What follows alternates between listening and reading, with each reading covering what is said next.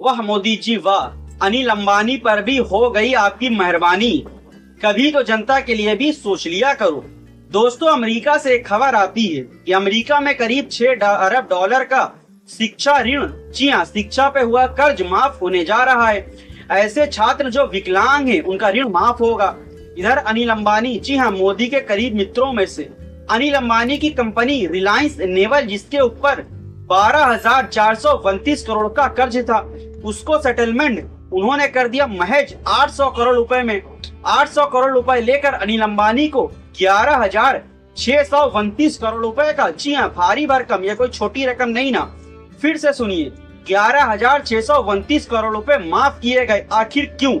और जनता अगर 20 से 25 लाख रुपए का कर्ज लेती है अपना घर बनाने के लिए या फ्लैट खरीदने के लिए, तो उसकी ईएमआई के ब्याज तक में आपको कोई छूट नहीं मिलेगी और ना ही आपके बच्चों को एजुकेशन लोन के लिए किस्त मिलेगी या पैसा मिलेगा। घर बेचो, जेवर बेचो या खुद बिको, लेकिन ईएमआई, जी हाँ, आपने जो गवर्नमेंट बैंकों से या प्राइवेट बैंकों से लोन लिया है उसका पैसा तो आपको चुकाना ही पड़ेगा।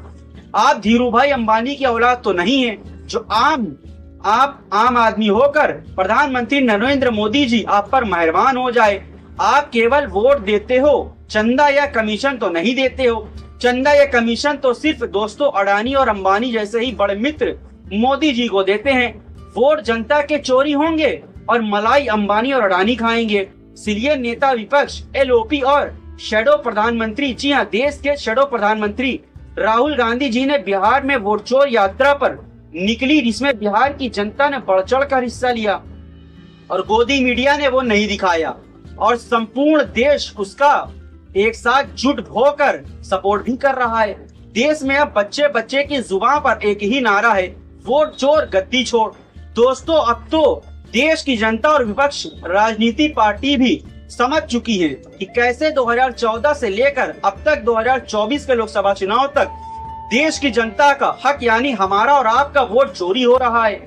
सत्ता में मौजूदा एनडीए सरकार सत्ता में काबिज है और तानाशाही रूप से अपनाए हुए है। अब सोचना और समझना आप आम जनता और आम नागरिकों को होगा कि देश के हित में क्या और कैसे करना होगा और कैसे संविधान बचाना होगा। जय हिंद, जय भारत। फिर मिलेंगे कुछ और नई खबर के साथ, हमें इजाजत दीजिए।